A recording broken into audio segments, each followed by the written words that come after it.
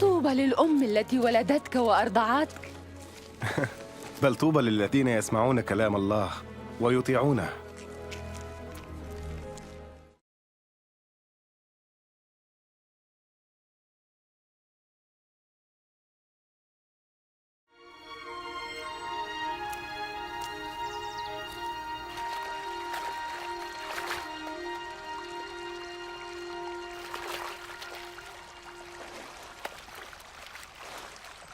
علمنا كيف نصلي كما علم يوحنا تلاميذه.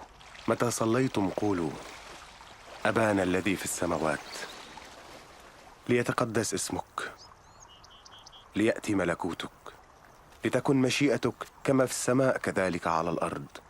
خبزنا كفافنا أعطنا اليوم، واغفر لنا خطايانا كما نغفر لمن يذنب إلينا، ولا تدخلنا في تجربة لكن نجنا من الشرير.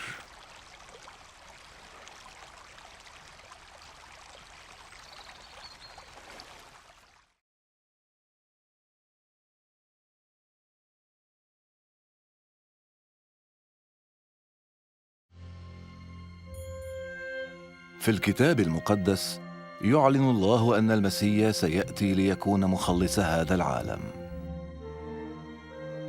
وحياة يسوع تقدم لنا الدلائل على أنه كان حقا من تحدث عنه الأنبياء. فإشعياء تنبأ بأن العذراء ستحبل وستلد ابنا، وبعد قرون كانت ولادة يسوع تحقيقا لهذه النبوة.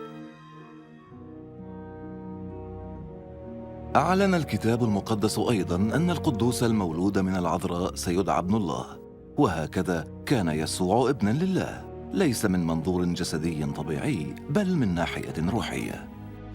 ونحن نرى هذا واضحاً في الكيفية التي عاش بها يسوع حياته، إذ شفى المرضى وغفر خطاياهم وردهم إلى الله، واعداً إياهم بنصيب في ملكوت السماوات، ثم قدم نفسه ذبيحة للتكفير عن خطاياهم، وقام ثانية قاهرا الموت. قال يسوع عن حياته: ليس أحد يأخذها مني، بل أنا أضعها من ذاتي. لم تتمم حياة يسوع نبوات الأنبياء فقط، لكنها أكدت أيضا حق كلمة الله المقدسة، فقد قال الأنبياء قبلا: إلى الأبد يا رب كلمتك مثبتة في السماوات. ويسوع نفسه قال: السماء والأرض تزولان لكن كلامي لا يزول. جاء يسوع ليمنحنا ملء الحياة، لكن الإنسان عصى الله في جنة عدن، مختارا أن يحيا كما يريد، وبهذا انفصل الإنسان عن خالقه. يعلن لنا الكتاب المقدس أننا جميعاً أخطأنا، ويعلن أن عقاب الخطية هو الموت، أي موتاً روحياً بابتعاد أبدي عن الله. لكن كما قدم الله لإبراهيم ذبيحة كبش عوضاً عن ابنه، هكذا أرسل الله يسوع المسيح ليموت بدلاً عنا. وهكذا أصلحت حياة يسوع وموته وقيامته العلاقة بين الله ومن يؤمنون به. وأولئك من يتبعون يسوع لا ينالون فقط غفران الخطايا، لكنهم قد نجوا أيضاً من دينونة الله الأبدية، ضامنين لهم مكاناً في الفردوس مع الله إلى الأبد. يقدم لك يسوع اليوم حياة جديدة وخلاصاً من سلطان الخطية، وهذا لا يعني اتباع دين جديد، لكنه إيمان بعمل يسوع الذي قال: ها أنا واقف على الباب وأقرع، إن سمع أحد صوتي وفتح الباب أدخل إليه. وهذا يعني أيضاً اللجوء إلى الله، واثقاً أن يسوع سيدخل حياتك غافراً خطاياك ومغيراً إياك إلى الإنسان الذي يريده. ولا يكفيك أن توافق فقط على ما تسمع الآن أو أن تختبر شعوراً عاطفياً، فنحن نقبل نعمة يسوع بالإيمان تعبيراً عن إرادتنا هذه. وحين تكون على استعداد لاتباع يسوع المسيح، فيمكنك عندها أن تخاطبه شخصياً من خلال صلاة بسيطة. قد ترغب الآن بأن تسلم حياتك لله. إن رغبت بهذا، فيمكنك أن تصلي هذه الصلاة بصمت في قلبك. أيها الرب يسوع، أنا أحتاج إليك. أشكرك لأنك مت على الصليب لأجل خطاياي. أعترف الآن بخطاياي وأتوب عنها. أنا أفتح الآن باب قلبي وأقبلك مخلصاً ورباً.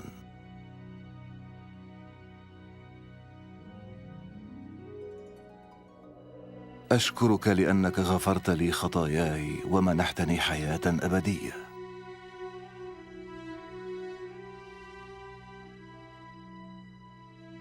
اجعلني ذلك الإنسان الذي تريدني أن أكونه، بينما أصبح واحداً من أتباعك. آمين.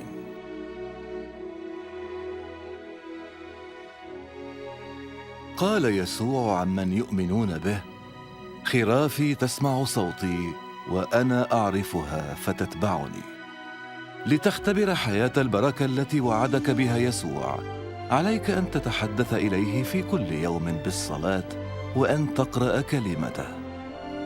أخبر عما صنعه في حياتك، والتقي بآخرين ممن أحبوه وتبعوه، وتذكر وعده الرائع: دفع إلي كل سلطان في السماء وعلى الأرض، وها أنا معكم كل الأيام إلى انقضاء الدهر.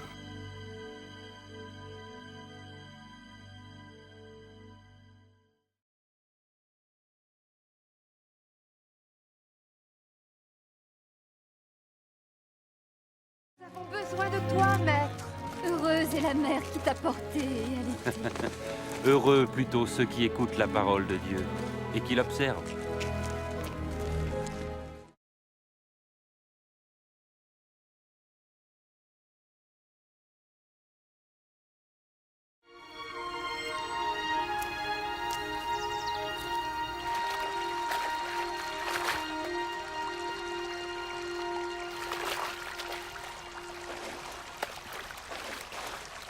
Apprends-nous à prier, comme Jean l'a appris à ses disciples.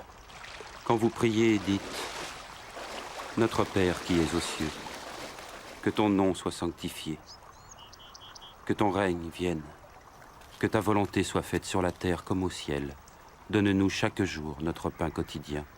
Pardonne-nous nos offenses, comme nous pardonnons aussi à ceux qui nous ont offensés. Protège-nous contre la tentation et délivre-nous du mal.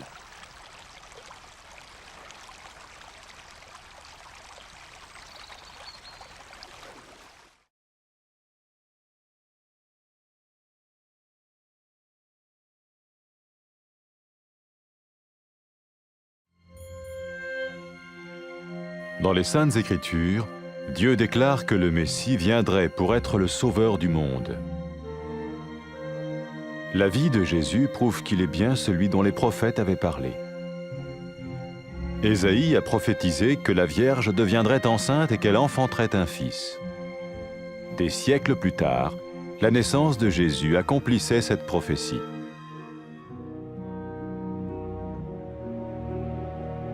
Les Saintes Écritures déclaraient que le saint à naître serait appelé le Fils de Dieu.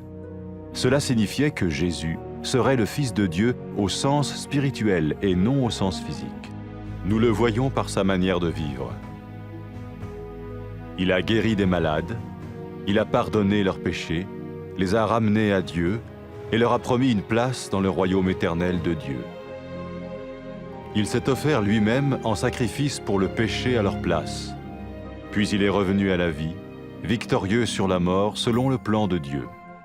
Jésus a dit: « Personne ne me prend la vie, mais je la donne de ma propre volonté. » La vie de Jésus n'a pas seulement accompli les écrits des prophètes, mais elle a aussi confirmé la vérité de la sainte parole de Dieu. Les prophètes avaient écrit: « Ta parole, ô mon Dieu, est parfaite, elle dure à toujours. » Jésus lui-même a dit: « Le ciel et la terre disparaîtront, tandis que mes paroles ne disparaîtront jamais. » Jésus est venu pour nous donner la vie dans toute sa plénitude. Mais quand l'homme a désobéi à Dieu dans le jardin d'Éden, Il a choisi sa propre voie et ses actions l'ont séparé du Créateur.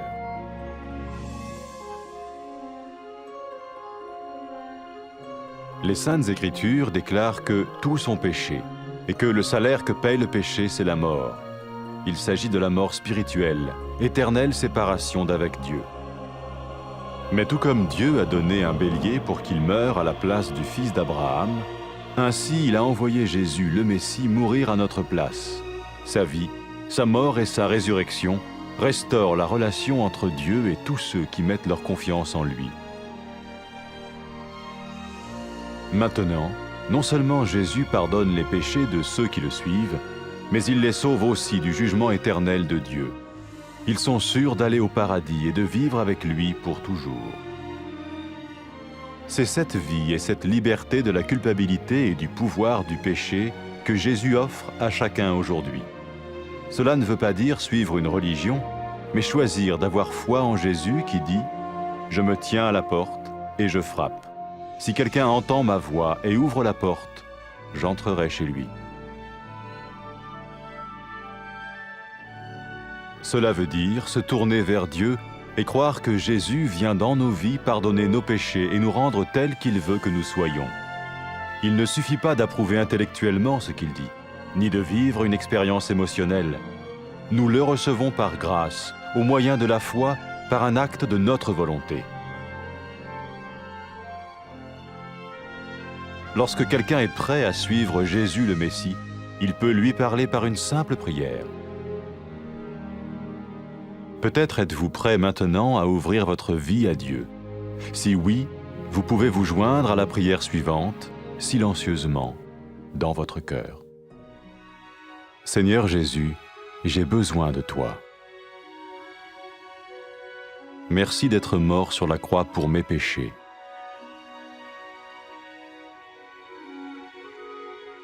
Je confesse mes péchés et je m'en repens.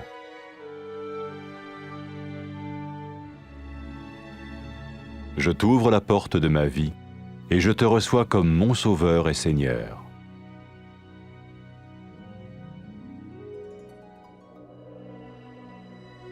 Merci de me pardonner mes péchés et de me donner la vie éternelle.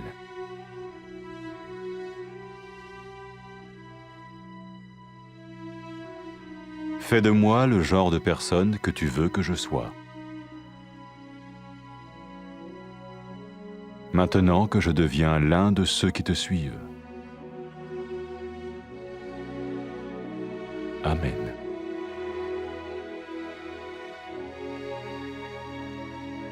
Jésus a dit à propos de ses disciples, « Mes brebis écoutent ma voix, je les connais et elles me suivent. » Pour expérimenter la vie en abondance promise par Jésus, ceux qui le suivent parlent à Dieu chaque jour dans la prière et lisent ou écoutent sa parole. Ils parlent de lui à d'autres personnes et rencontrent régulièrement ceux qui l'aiment et le suivent. N'oubliez pas sa merveilleuse promesse. « Tout pouvoir m'a été donné dans le ciel et sur la terre. Et sachez-le, je vais être avec vous tous les jours jusqu'à la fin du monde. »